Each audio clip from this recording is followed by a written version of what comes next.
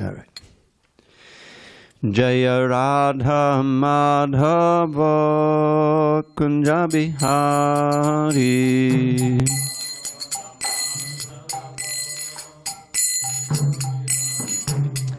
Jaya Radha Madhava Kunja Bihari.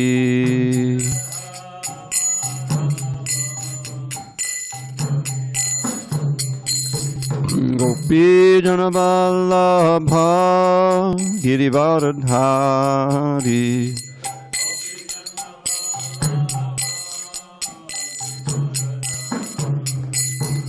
Gopi Jana Vallabha Girivardhari.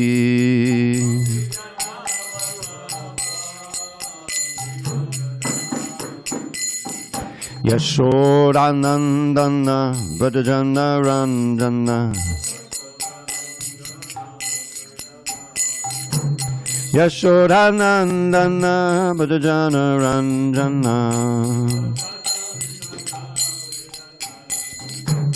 Yamuna Tira Vanachari. Yamuna Tira Vanachari.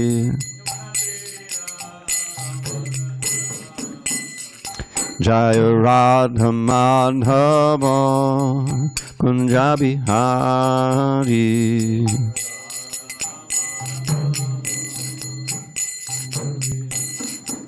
Jaya Radha Madhava Kunja Bihari.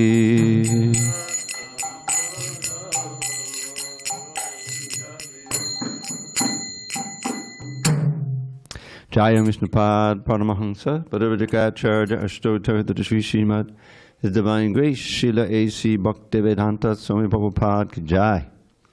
ISKCON BBT Founder Acharya Srila Prabhupada Ki Jai. Jaya Vishnupad Paramahansa Bhadravadikacharya Ashtotar Sri Srimad His Divine Grace Srila Bhakti Siddhanta Saraswati Thakur Ki Jai. Ananta Koti Vaishnavin Ki Jai. Namacharya Srila Haridas Thakur Ki Jai.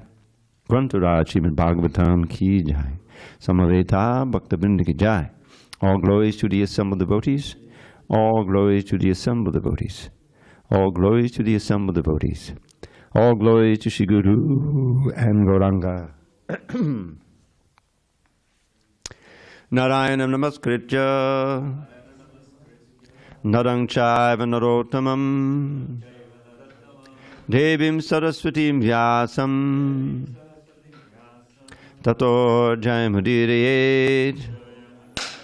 Before reciting the Srimad Bhagavatam, which is our very means of conquest, we should offer our respectful obeisances unto Lord Narayan, the Supreme Personality of Godhead, unto Narayan Rishi, the supremest human being, unto Mother Saraswati, the goddess of learning, unto Srila Vyasadeva, the author, and unto Srila Prabhupada, the translator, commentator, and our spiritual master.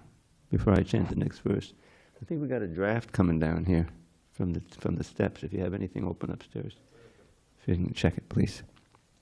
Nashta Prayesha Bhadreshu Nityam Bhagavata Sevaya Bhagavad-uttama Shloke Bhakti Bhavati Naistiki. By regular attendance and classes on Srimad Bhagavatam and by rendering devotional service to the pure devotee, all that is inauspicious within the heart is destroyed almost to nil, and loving devotion to the Supreme Lord, who is glorified in transcendental songs, is established as an irrevocable fact. Om Namo Bhagavate Vasudevaya. Om Namo Bhagavate Vasudevaya.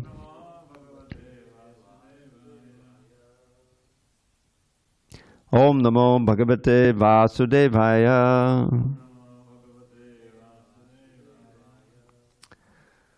Okay.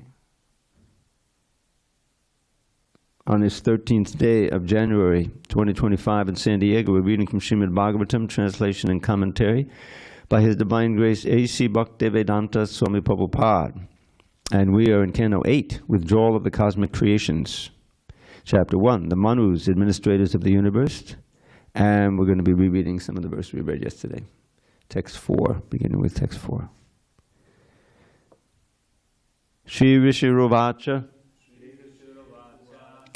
Manavo Asmin Vyatitaha Shat Kalpe Svayambhuvadayaha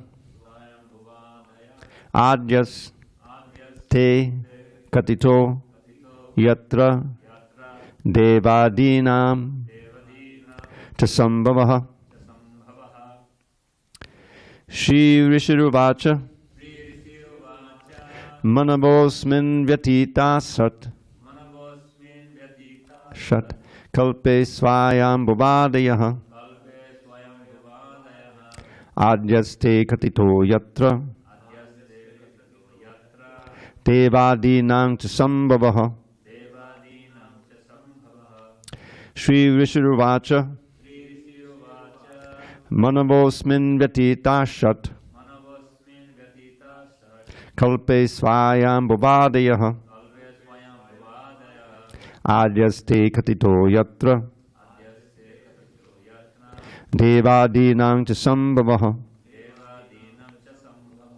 Shri Rishiruvacha Manavosmin Vyatita Shat Kalpe Svayambhuvadayaha Adyaste Katito Yatra Devadinam Tasambhavaha.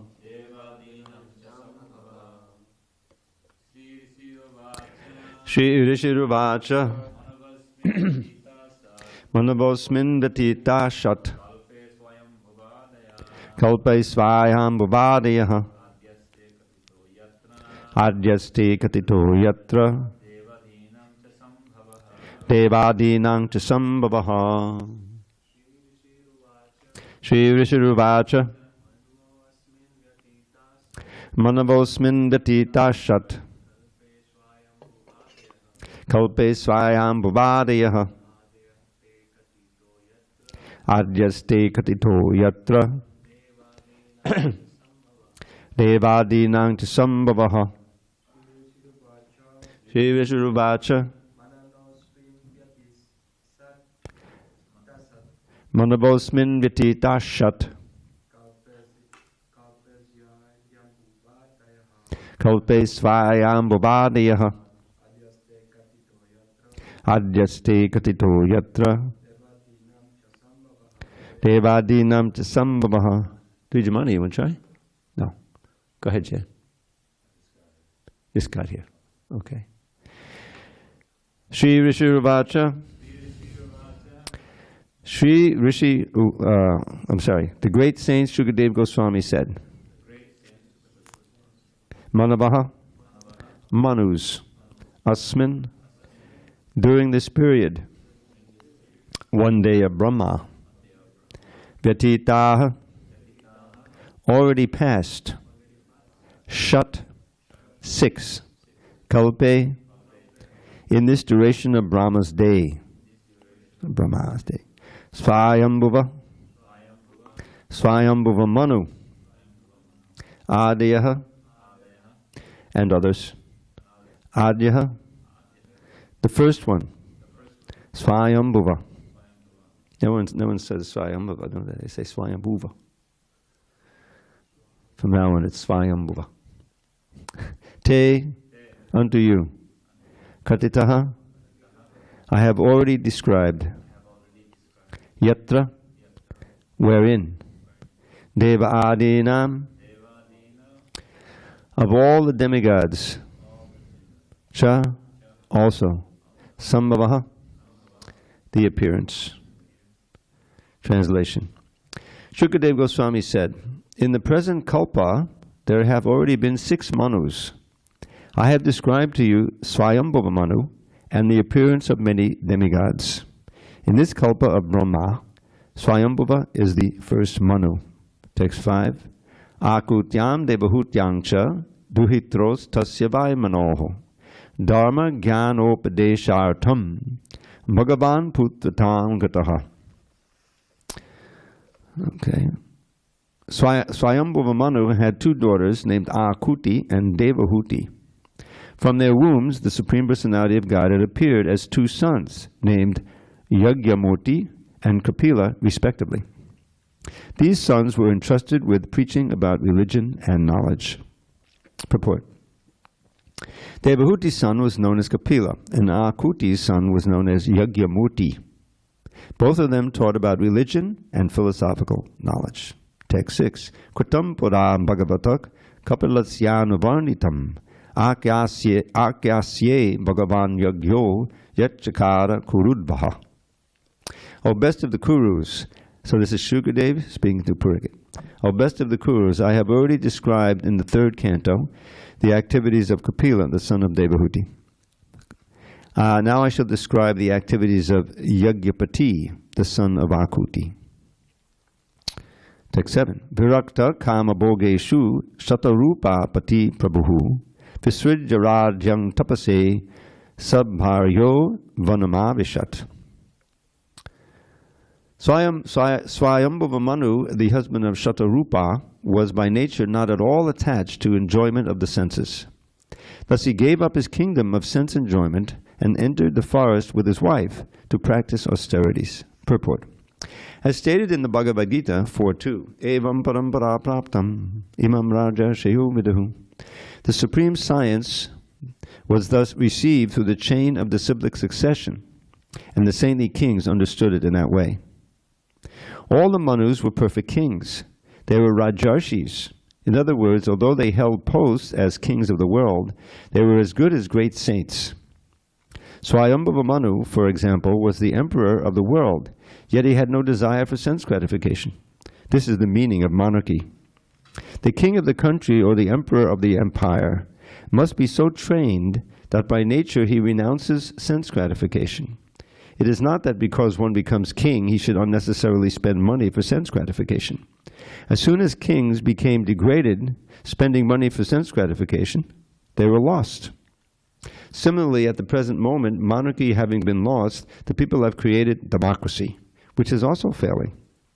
Now, by the laws of nature, the time is coming when dictatorship will put the citizens into more and more difficulty.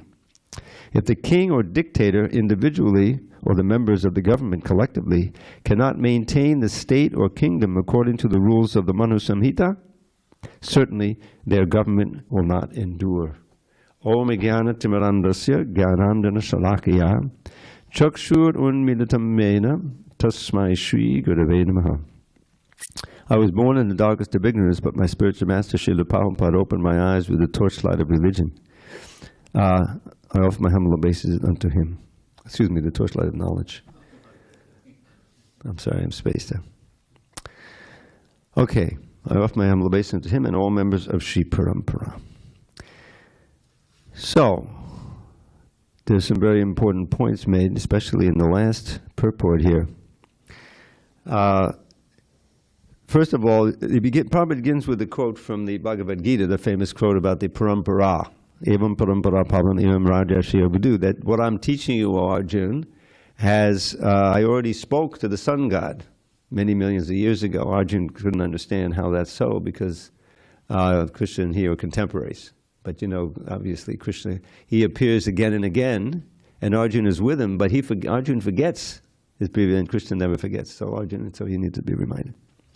But the point is that the knowledge that Krishna spoke is this eternal knowledge, and eternally pertinent to the running of the world. This is a very important aspect of Krishna's mission. As we know in this very chapter, fourth chapter, Krishna says why he appears periodically.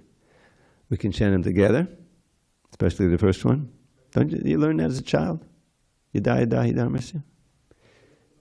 Yada yada hi dharmasya glanir bhavati bharata abhyutanam dharmasya tadatmanam srajamyaham. Whenever and wherever there is an upsurge of religion and discrepancies in the practice of religion, at that time I manifest myself. I appear on the earth. And what does he do? paritranaya sadhunam vinashaya chaduskritam dharma sangstapanartaya sambhavami yuge yuge. In order to protect the devotees and annihilate the miscreants and re-establish religion, I appear millennium after millennium. So, Krishna is very concerned because that the rule of the world, or any of the planets, is being done according to the eternal principles of Dharma that he established and that is carried forth by great sages and especially saintly kings because they're ruling. So Manu-saṁhitā, there's so many things there that you just roll your eyes at, you know. I mean, if you propose that in some kind of campaign to get elected, you wouldn't get any votes at all. I'm not going to go into detail, but it's very strict. But here Prabhupada says that this is the standard. This is established by Krishna and carried forward by the Manus, his representatives. And if the world, let's just take this world, if the world is not ruled according to those principles, then everything becomes degraded. When the leaders become degraded, then the whole praja becomes degraded. Because what's that famous verse? Another one. Yad yadatadati shreshtas tattadevetaro janaha sayat pramanam kudote lokas tadanuvartate. Notice this word pramanam. This comes up in the 16th chapter also. Very important word. So what it says is that those shreshtas, those who are leaders, who are famous, and especially if they're leaders of a society, what they do serves as an example for people in general, for the praja to act. If they're rogues and rascals, then the society is going to be hell on earth. And Prabhupada, he mentioned it here. When monarchy became corrupt, then it was replaced. But what was it replaced with? Not with the rule of rishis. Raja rishis, you know, where they're rajarshi. You combine those two words and you get rajarshi. And we have so many examples in the Bhagavatam. Beginning with Pariksit. He was a rajarshi. He made that one mistake, uncharacteristic of him. It's made very, you know, that he was thirsty and he wanted some water and he walked into the ashram of, what's his name? Who he put the snake around? I forget. The father of Shringi, let's put it that way. And he was meditating. You know, this is one of the hazards of meditating in the forest. If you're just in trance and someone exalted comes by and you don't recognize him, then you can get into big trouble. So he wasn't in the forest, he was in his ashram in the forest. But he didn't even see or understand that someone was there. He was totally in trance. So Pariksit carelessly said, well, he's not even honoring me with this, even just a haribol. So he put a dead snake around his neck, you know. And on the way back to his palace, he was feeling bad about that. You know, maybe I shouldn't have done that. And sure enough, Shringi heard about it. And Shringi was his son. He was a Brahmin. You know, he was born in the Brahmin family and trained. So he had the training, but he didn't have the understanding. You know, he just went off. Oh, my father has been insulted by the Kshatriyas, insulting the Brahmin. You know, my father. So he cursed him. He cursed him. He had the power to curse, but he didn't have the intelligence to understand that it wasn't a good thing to do. So that's how we have the Bhagavatam. Pariksit accepted the curse as Krishna's will and gave up his kingdom, gave up all the attachments, sat down by the bank of the Ganges and waited. And then who came by? Shukadev Goswami. And that was all Krishna's arrangement. And that was the first speaking of the Bhagavatam. So, but Pariksit was a great king, and he showed that wonderful example in the first canto, where he comes along and there's this Kali personified, beating the legs of Dharma the bull or the cow, when the cow and bull is there, and they're already crippled. You know, the four legs are the legs of Dharma. You know, cleanliness, austerity, mercy, and one more. What's the other one? Truthfulness. Truthfulness, mercy, cleanliness, and religiousness. So, truthfulness was almost, you know, was the last leg. And what do we see all around us? Disinformation, misinformation, out and out lying going on. just so you can get power or money. That's the two reasons. Advertising is always a lie. It's always, more money than it's worth, and they're trying to convince you. So what Prabhupada is saying in this purport is coming to pass in front of our very eyes. Democracy, which is also failing. Democracy was an attempt to counter, monarchy in America. Let's think of America first, not Greece or anything like that. But the idea that the people themselves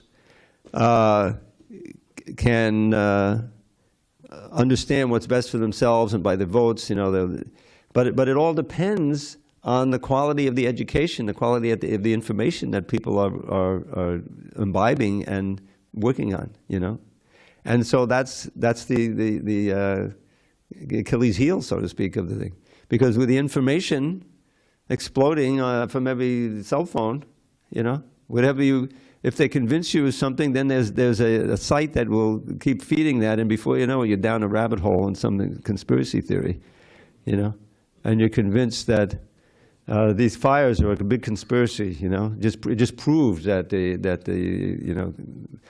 Democrats are. Come on, it's completely being undermined. So democracy is not going to work. Famously, Prabhupada he named it democracy, and then I think because I looked it up in the database, and then I think maybe it was Tamal Krishna Maharaj, he was on a morning walk or something, and he said demon crazy, and Prabhupada picked up on it. Yes, that's what I mean, demon crazy. So that brings us back. Well, then, what kind of leadership do we need? We need to have varnashram. There needs to be the culture of true knowledge, spiritual knowledge, and a class of people who are Brahmins and who have the qualities of Brahmins, not just born in a Brahmin family. That's the corruption of it. That's the caste system. Birth gives you a better chance of being a Brahmin if you're born in a Brahmin family. You got the genes, you got the intelligence. But if you're not trained, then it becomes a vehicle for exploitation. I'm a Brahmin family. I can lord it over the others, the untouchables, and the Vaishyas and the Shudras. It's a corruption. So that's always the danger, as explained in this verse. Evam paramparapal evam radhe sakalene hamanta yogo nashta parandaba. That this knowledge that I've given you was carefully coming down by the parampara system, but the tremendous power of time, kalena mahata yogo nashta, destroyed this yoga. Arjun, So therefore, I'm speaking the same thing again to you today, because you're my devotee and you're my bhakta, so you can understand this knowledge. So Krishna periodically comes in order to try to reinstitute Dharma, because without Dharma, human being is animal life. The famous verse from the Hita Upadesh. The name of the book is so important. Hita Upadesh. Who can understand what that means? Huh? Well, what about instructions for the benefit of the people in general? Yeah. So this is the verse, the importance of Dharma, mentioning the importance of the maintenance of all the principles of religion that Krishna has articulated in the Gita and in the Bhagavatam. He speaks extensively in the Bhagavatam, in the Uddhava Gita. It's there. And so many other places. So there's a famous Ahara Nidra Bhayamaitanangsha Samanyamaitan Pasubi Naranam Dharmo Hitesham Adhiko Vishesho Dharme Nihina Pasubi Samana.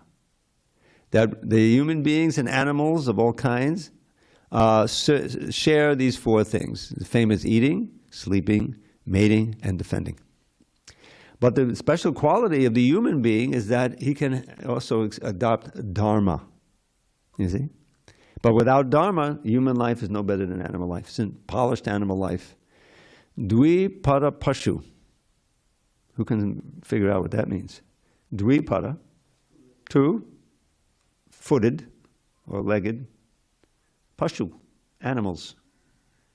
In other words, we have 2 legs and 2 hands. The animals have 4 legs. So the only difference, they have 4 legs and we have 2 hands of it. But we're animals. If we have no dharma, then we're no better than the animals. We're worse than the animals because we can do so much more damage with our superior intelligence.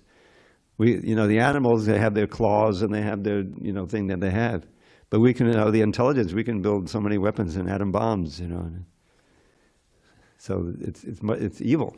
The animals are not evil. They're just victimized by their own previous sinful activity. So the whole purpose of the Bhagavad Gita and the Srimad Bhagavatam is so eloquently described at the beginning of the Bhagavatam. I forget the number of the verses in chapter 5 where Narada Muni is instructing Vyasadeva in why he should write the Bhagavatam, why he's dissatisfied with all the other Vedas that he wrote, Vedic literatures. Tad Bhagavasargo Janataga Viplavo Yasmin Pati Shlokam Abandhavatyapi Namanyanantasya Shankitanya Shrinvanti Gayanti Gunanti Sarava. So it's all about the book. It's all about the literature. Vag is words. Visarga means the creation of words, in other words, a book.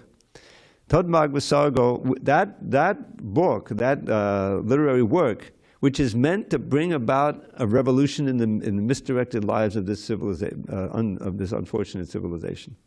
Although every verse may be miscomposed. In other words, the quality of the writing may not be all that great, but it glorifies the Lord. The name, fame, qualities of Krishna are described. The instructions are there. Therefore, the actual saints and sages, they will read it and relish it, repeat it like that. What you've written so far, yes, it's not completely useless. You've got the Bhagavad Gita in there, in the Mahabharata, and the Padma Purana. Ramapati, something about the Padma Purana. Aren't there extensive descriptions in there of Bhakti or in the Padma Purana? There's a lot about Krishna in there, right? So it's not like it's devoid, but it's not wholly and solely about Krishna, his devotees, the partial devotional service, and so forth. So that's why Vyasadeva was unsatisfied. So he wrote this Bhagavatam as his final work in his maturity and as the ultimate commentary on the Vedanta Sutra. Vedanta Sutra distills all the essential philosophical knowledge of the Vedas. That's why it's the end of knowledge, Vedanta Sutra, But it needs commentary. Those little aphorisms obviously need to be explained, So the ultimate explanation is here in the Bhagavatam, and it gives us so many details. Now we're going to learn something about the Manus, the Swayambhuva Manu.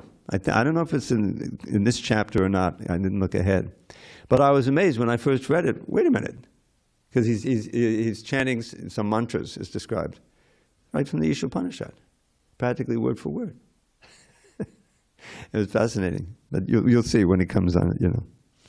So this knowledge, it's not being newly invented. There's just different varieties of ways of expressing it, and ultimately it all fits together and is perfectly. They confirm each other. And here we have, there's so much in the Bhagavatam that is the fight between good and evil. The Mahabharata, that whole war that culminates in the conspiracy of Dhritarashtra. I was just listening to tapes I listen every morning, and Prabhupada was describing how Dhritarashtra, he was thinking, well, I'm the oldest son. He was the oldest son of Pandu, even though he wasn't born of Pandu. Pandu died before he had any actual sons, but his wife, she had this, Kunti had this power to meditate and bring any god, any demigod, you see. So she tried it. There's a famous painting, I don't know if you've seen it, where it's hanging in the Chicago temple. It's a huge painting, where she's in the palace and she's startled because the sun god is there. She tried out the mantra that Durvasa gave her, and sure it worked, there's the sun god. So he introduced himself, and then soon it became clear that he said, well, now that I'm here, we have to have some, offspring.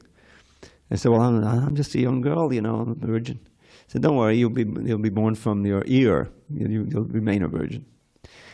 So that's what happened, and that's why the first child is named Karna. Karna means the ear. He came from the ear.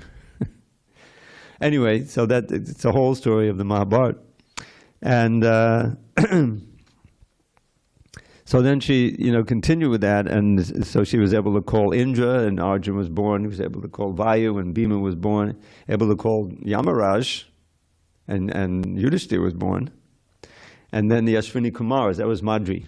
She also, I think, she called the Ashwini Kumaras, and then Madri had the twins.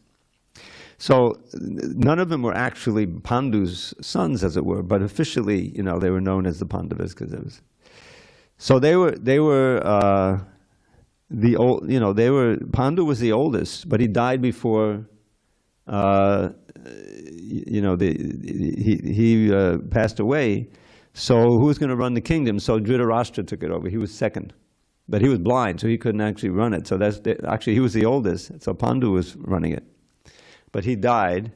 So Dhritarashtra was thinking, well, okay, I couldn't be the king, but so I'm the king now, although I'm blind. But my son should inherit the kingdom. Why should the Pandavas inherit it? So that was the little confusion, and the whole thing grew up from that. Anyway, what's pertinent for us here, especially in light of what's going on in the world today, where do you find any Rajarshis running any nations today?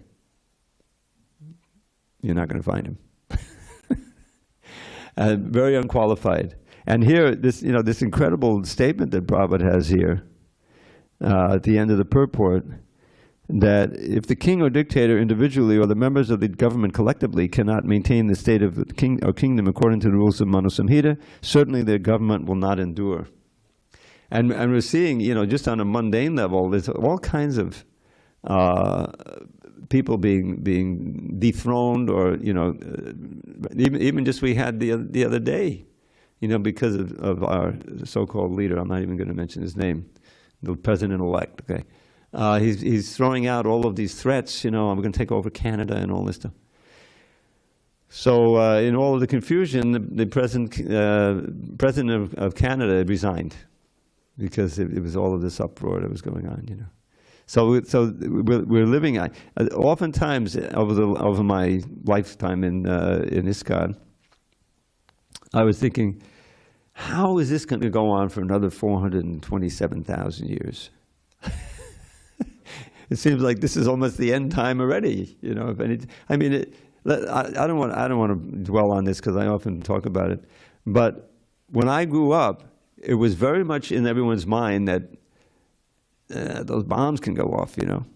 And what you don't know is that in the early '80s there was a movie made called The Day After.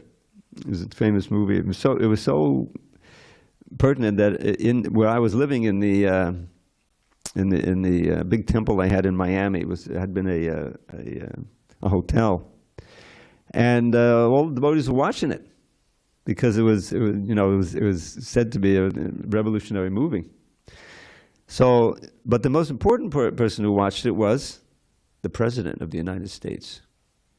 And he was so freaked out by it, this is a colloquial word, that when he had a meeting with the leader of Russia, he was going to go in there and have a treaty to get rid of all the nuclear bombs, nuclear weapons, But his aides, and everyone said, no, you can't do that, you can't do that. He stopped them. But there was a lot of treaties that came out of that, the reduction and so forth, because it showed, the whole point was what happens after the nuclear war, and then it was a whole community in the middle of Kansas, and how the whole thing just turned into a nightmare. The radiation and the destruction and everything. So that's how can that possibly be a threat now for the world? Because the knowledge. You have a certain number of intelligent people, right, who are meant to be. As Prabhupada says, you have the shadow of Varnashram everywhere. There's always people who are basically intellectuals. You have people who are good managers or even have a martial quality to them. They can, run countries and, fight. And you have people who are good with money. They can make money. And of course, there's farmers, there's agriculture. And then you have a mass of manual laborers. Every society, there's always that, human beings.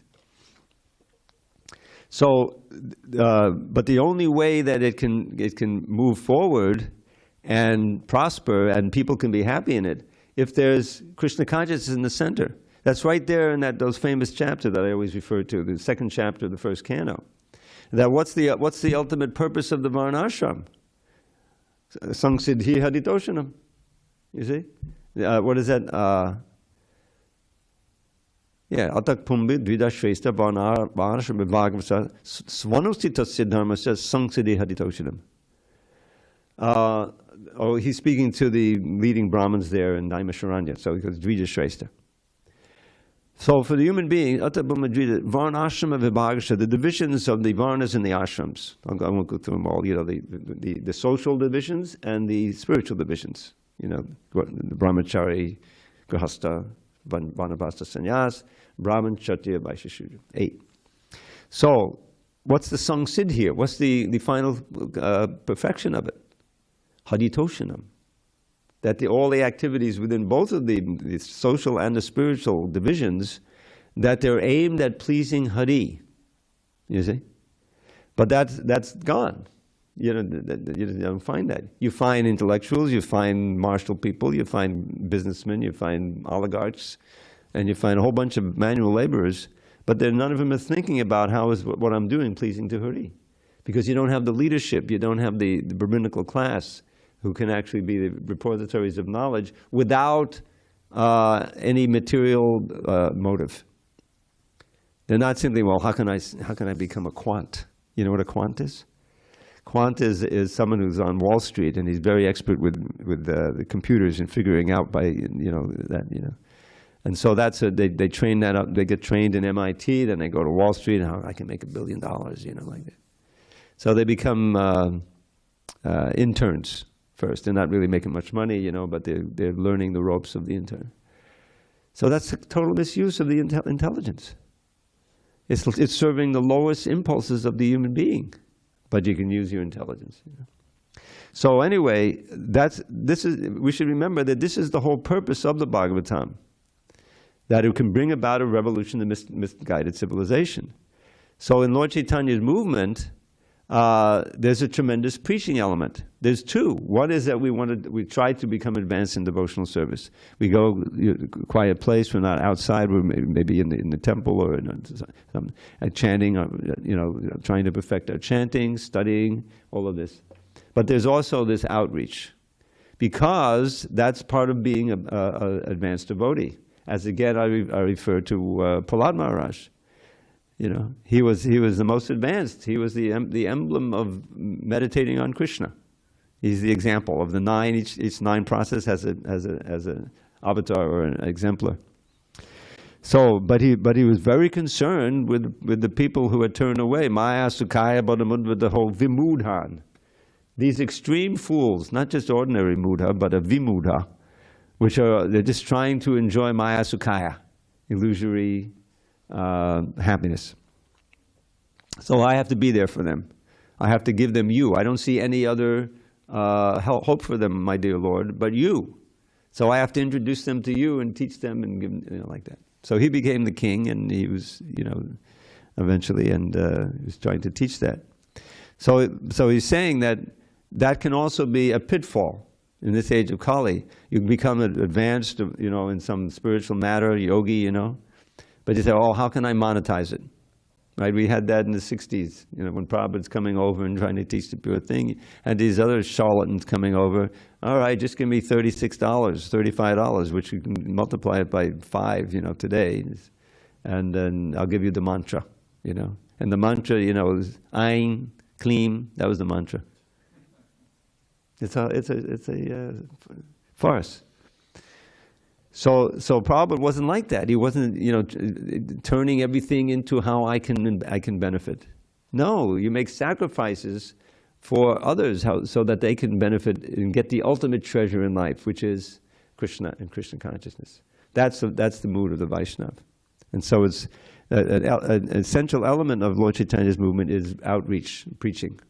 And and in his own preaching, he would encourage other ones, Yari Dekataya Krishna Upadesh, whoever you meet, tell them about Krishna. Or now whoever you meet, give them a book. Or speak to them in such a way that they'll be interested and come to the temple, come to the lounge. Right? So why is that? Because that recognizes our constitutional position. That these are all our brothers and sisters. And due to illusion and ignorance, they're suffering and they're going to suffer so much more. So we're like the emergency crew. You know, sometimes you hear them ringing down here, you know, going to save people from the conflagration of so many lives lost in lower species, disaster. So that's the need for proper government, and that comes up again and again in the Bhagavatam. You know, we have the example of improper government with Vena. You know, I often said, oh, this is the origin of the word venal. In English, you have a word venal, which means bad, evil, right? Sinner, venal sin. So there's all this connection. So we're studying this now, and we're going to hear about the Gajendra, which is very dramatic. You know, his being saved by the Lord, because in his previous life in Radumna, he had something. He raised the lotus up with his trunk. You know, he's bitten and attacked by this crocodile. And of course, Vamana Dev is going to appear here, and the churning of the ocean. That's very dramatic. So Bhagavatam is ever fresh and wonderful, and we're eighth canto. Each canto has its own character, so this is going to be wonderful. Okay, it's 8:30. Any discussion on any of these points? Democracy? Demon crazy. Not necessarily those, but I did have a question. You mentioned earlier that the Vedanta Sutra is the end of all knowledge.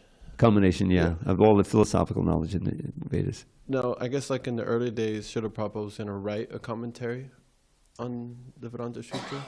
Is that? I think he was going to write a translation, yeah, with some comments for sure. And he started that actually. Why didn't he like prioritize that as, I guess, being important? It was like. Well, I think that you know, the Bhagavatam is emphasized by Lord Chaitanya, and in our line, it's the essential work.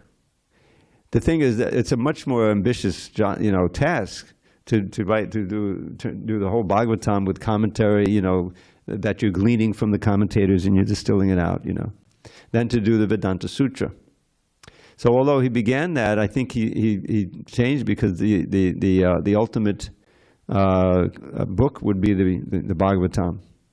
And in fact, when he started it, you know, of course he started the first canto. It took him 4 years to publish those 3 volumes. But he put so much into it. He said, I think in the early days, I think in 26 Second Avenue, he said that you'll find everything here because I didn't know how long I really had, so I wanted to put everything that was there, you know. So you'll find, you know, longer purports and so much, it's so rich, you know. So that's the reason. I mean, if you read the Bhagavatam, you don't really need to read, you know, try to get over the Vedanta Sutra. It's very, you really need to be a Sanskrit scholar to really get into the Vedanta Sutra, because so much of the commentaries, they expand on, you know, one word and, you know, one syllable.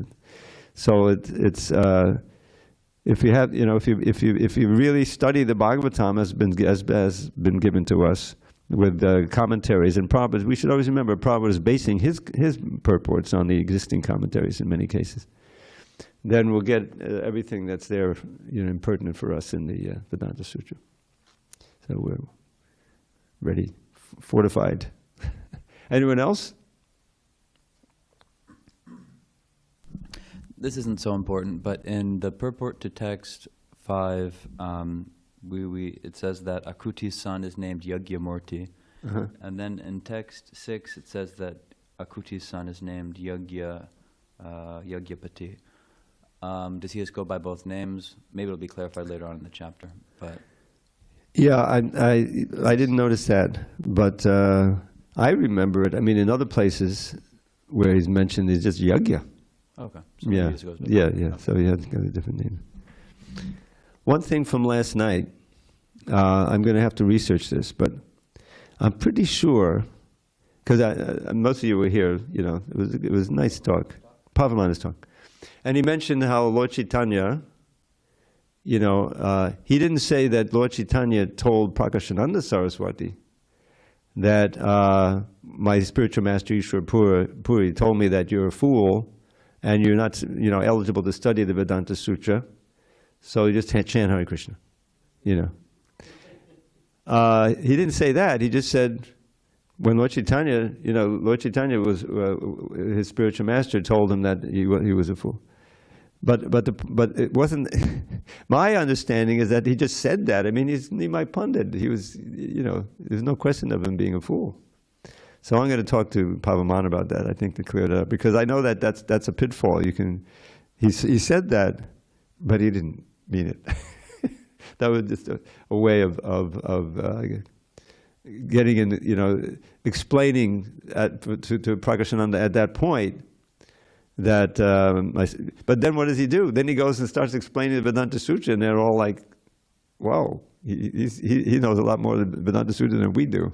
And he converted them all, So I think it was just a ploy, to be very humble. Like when he walked in, he sat down where everyone was washing their feet, in an unclean place. And so they said, Maharaj, please come out of that place, So it was all very strategic. So I think Pavaman has been laboring under that. He's been laboring under that misconception all these years. Yeah, he didn't. There's no way he should. He was famous by that time as incredibly erudite. Okay, anyone online? They may be online, but they're mute. All glories to Srila Prabhupada. Hari Hari Bol.